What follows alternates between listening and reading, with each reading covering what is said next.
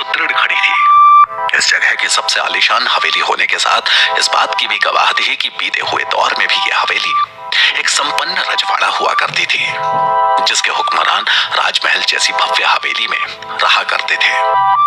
कई एकड़ में फैली ये हवेली आज भी 250 साल पुरानी वास्तुकला की भव्यता से लोगों को दांतों तले उंगली दबाने को विवश कर रही थी। मैं हवेली की सुंदरता का सूक्ष्म निरीक्षण करने लगा। दीवारों पर बहुत मेहनत से कलाकृतियां बनाई हुई थी, जो वक्त और मौसम के थपेड़ों के आगे धूमिल होने को विवश थी। हवेली की ऊंची ऊंची दीवारें हवेली की शोभा बढ़ा रही थी। हवेली के प्रांगण के ठीक मध्य में लगभग 15 मीटर की त्रिज्या के वृत्ताकार घेरे में मखमली और मुलायम घास उगाई गई थी।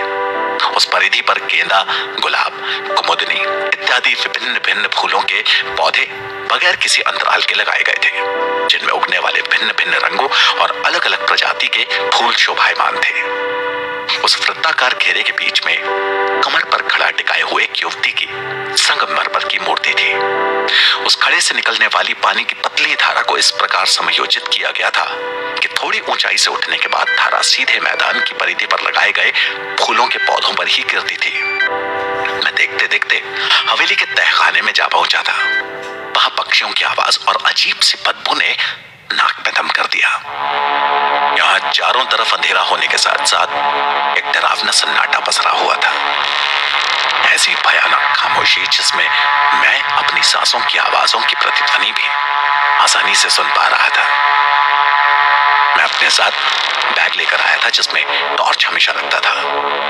आज से 22 साल पहले टॉर्च और छतरी की अहमियत ज्यादा हुआ करती थी। मैंने जैसे ही टॉर्च को बैग से निकाला और सामने की तरफ चलाया ही था कि उड़ता हुआ चमगादड़ों का झुंड मेरे सिर के ऊपर करके साए से निकल गया। अचानक हुई इस घटना से मैं भयभीत हो गया था। मुझे लगा कि कहीं देर ना हो जाए, इसलिए अब मुझे यहाँ से निकलना चाहिए। घड़ी में वक्त देखा तो 7 बज चुके थे। ओह, ये तो बुरा हुआ। मुझे वक्त रहते यहाँ से निकल जाना चाहिए था।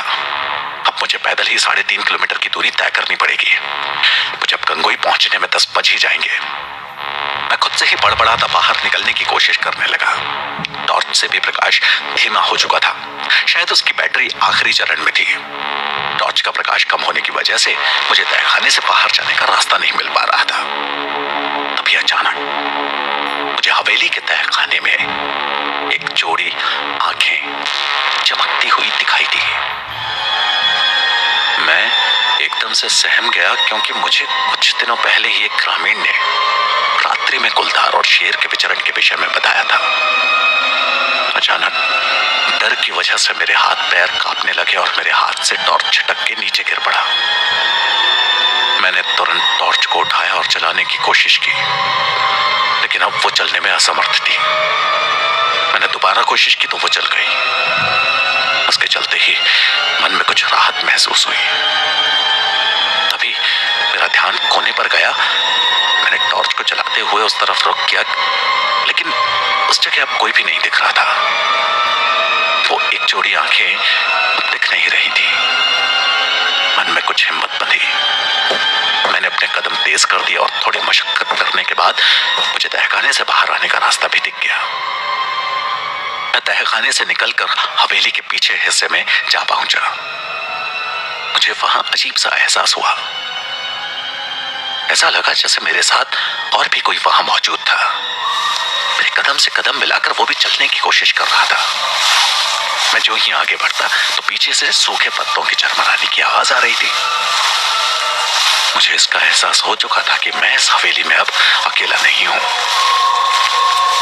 मेरे मन में एक विचार आया। मैं फुर्ती से पीछे की तरफ पलटा और टॉर्च जला दिया।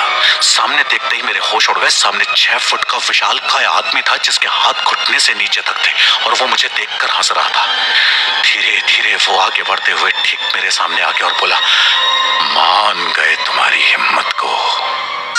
पिछले 250 सालों से किसी की हिम्मत नहीं हुई कि वो सूर्यास्त तक यहाँ रुके, और तू तो तहखाने तक भी पहुंच गया। क्या बकवास करते हो? तुम 250 सालों से यहाँ मौजूद हो। मैं नहीं मानता तुम्हारी बातों को। मैंने झुंझुलाकर उससे कहा, मैं मानता हूं कि तुम बहादुर हो, लेकिन क्या तुमने मेरी आंखें नहीं देखी थी तहखाने में? जो तुम पर टकटकी लगाए देख रही थी। उस दानव से दिखने वाले इंसान ने कहा, अच्छा तो वो तुम थे, फिर तुम अचानक कहां चले गए? लेकिन इससे यह सिद्ध नहीं हो जाता कि तुम पिछले 250 सालों से यहां हो। मैंने उसको चुप कराते हुए कहा, कहो तो मैं तुम्हारे उस बस वाले सपने के बारे में बताऊं, जिस सपने में तुमने एक भयानक चुड़ैल देखी थी और तुम्हें तुम्हारे जीवन के काल चक्र पूरे होने की बात कर रही थी। इस बार उसने बुलंद आवाज में कहा, क्या सपना? लेकिन मैंने उस सपने के बारे में तो किसी को नहीं बताया था। फिर तुम्हें कैसे पता? मैं इस बार डर गया था और उससे डरते हुए कहा, क्योंकि उस सपने के बारे में वास्तव में मेरे सिवा किसी को नहीं पता था। मैं डरते डरते बोला, देखो मुझे जाने दो। पिछले कुछ दिनों से बहुत ही विचित्र घटनाएं घटित हो रही हैं मेरे साथ। मैं बहुत परेशान हूं। अब और मत करो।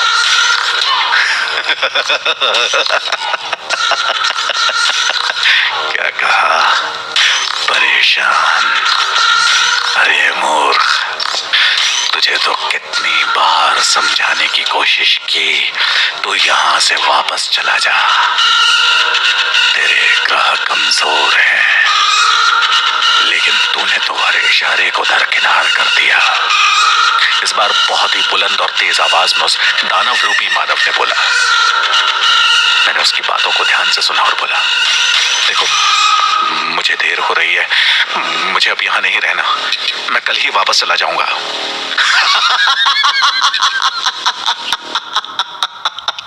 जाएगा तो तब जब मैं तुझे यहां से जाने दूंगा। तुझे मेरी एक शर्त माननी होगी, तभी तू यहां से जा सकता है। उस विचित्र भूत ने मेरे सामने एक विचित्र शर्त रखी। बोल बोल, कौन सी शर्त है तेरी? हर चुनौती से निपटने को तैयार हूं मैं।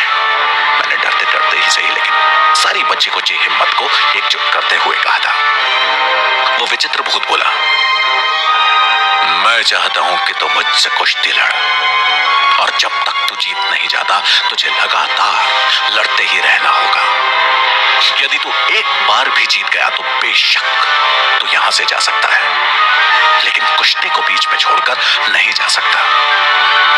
यदि तूने ऐसा किया तो मजबूरन तुझे इस हवेली के ऊपर ले जाकर मुझे नीचे धक्का देना होगा। बोल, मंजूर है तुझे? मैंने उसकी बातों को धीरज के साथ सुना और कहा कि एक शर्त मेरी भी है। यदि मैं जीत गया तो इस हवेली को हमेशा के लिए छोड़कर चला जाएगा तू, और किसी भी व्यक्ति को फिर कभी परेशान नहीं करेगा।